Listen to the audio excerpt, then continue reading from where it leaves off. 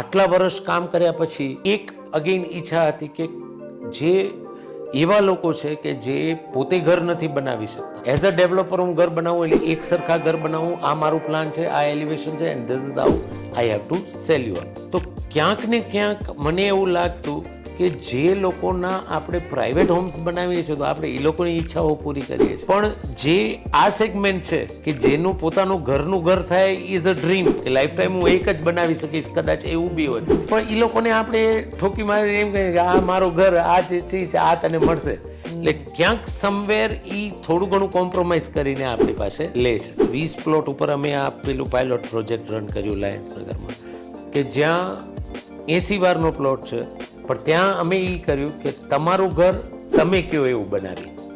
That was first thing which we started up with Diva Homes at Lions.